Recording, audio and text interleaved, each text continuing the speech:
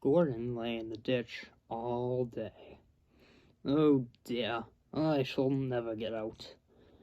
Indeed you shan't. Gordon was surprised. He had thought he was alone. Who's there? No one replied. Thomas, I swear, if that's you, then I'll, Gordon trailed off. No one was there.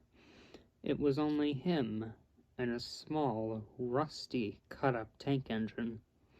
But the voice couldn't have come from it, as any smokebox door it may have once had long since rusted away.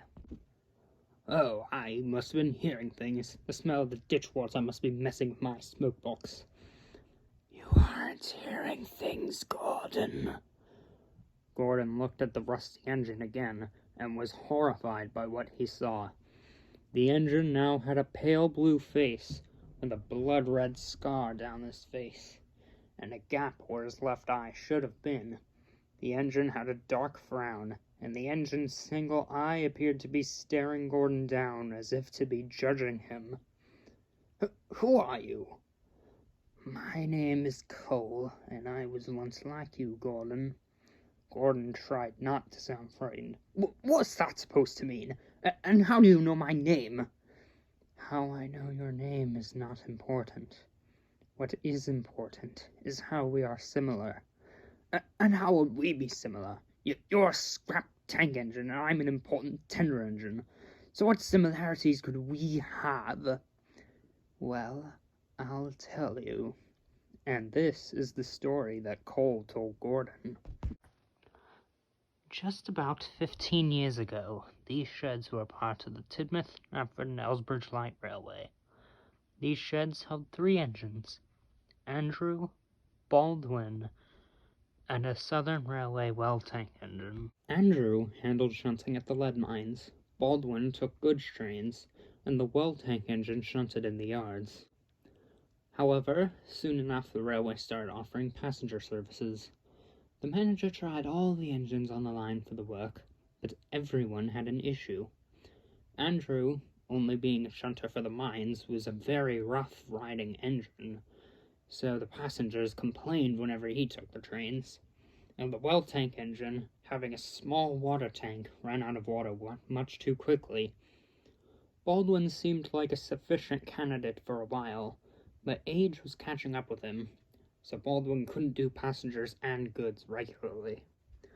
And so, the manager commissioned the Crovan's Gate Works to build a new engine, and that engine was me.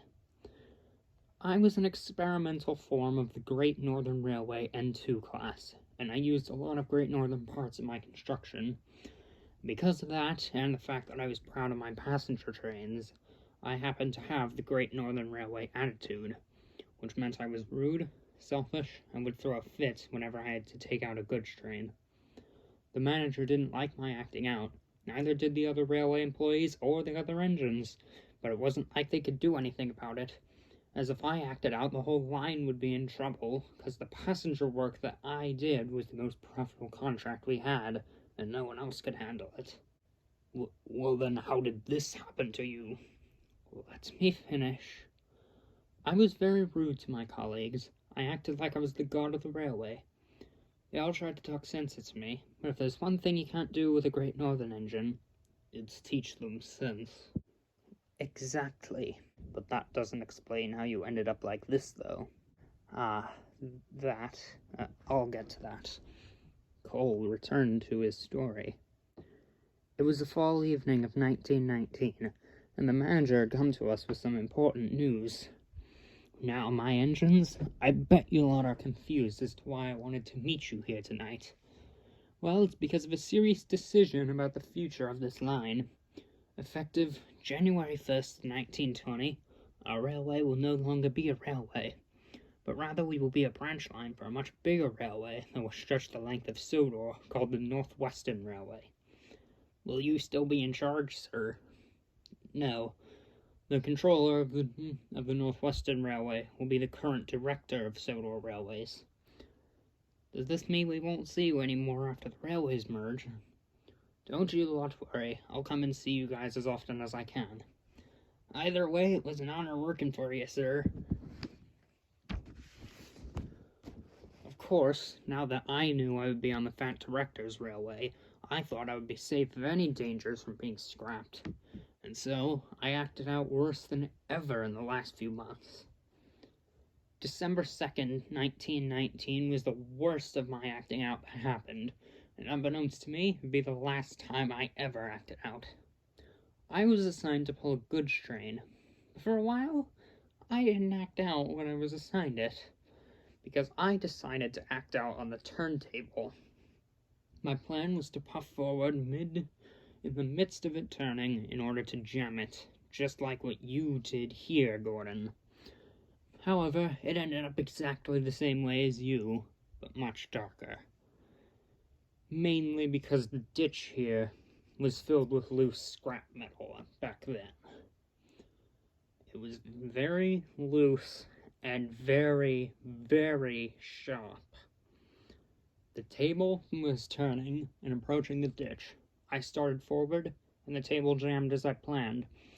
I tried to activate my brakes, but they didn't work. So I tried again, nothing, and again, still nothing.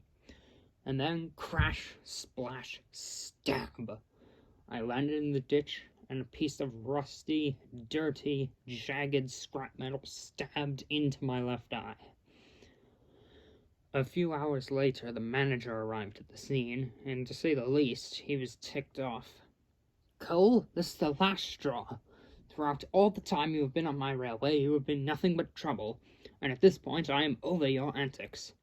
At this point it doesn't matter if I scrap an engine for money, because this railway will be used for a bigger one anyway that I won't be in charge of. I was frightened by what the manager was saying. What are you saying, sir? I stuttered in fear. I'm saying that you won't be retrieved from this ditch. At least not while living, anyway. Now, I'd never put the burden of scrapping an engine on any of my staff, so come tonight, I will come here and do it myself.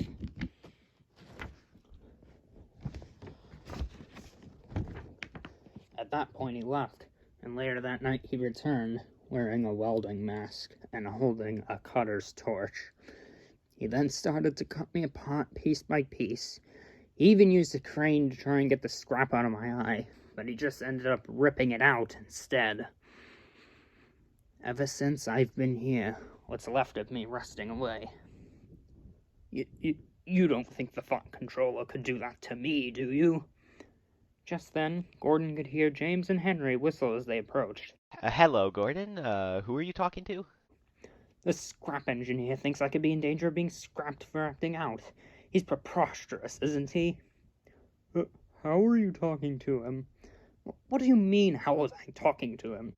Gordon, he does not have a face. Of course he does, can't you see? Gordon trailed off. The engine's face was gone. It looked as if it never had a face to begin with. I think we should get you back on the rails, Gordon. Yeah, the ditch air must be messing with your smoke box. James and Henry worked hard and got Gordon back on the rails. Gordon was reattached to his tender. He wanted to return home to Tidmouth, but it was too late at night to go back. So Gordon had to stay at the Knapford shed that night. A sadder, wiser engine. But he was always looking back, just to check if that scrap engine had a face again or not.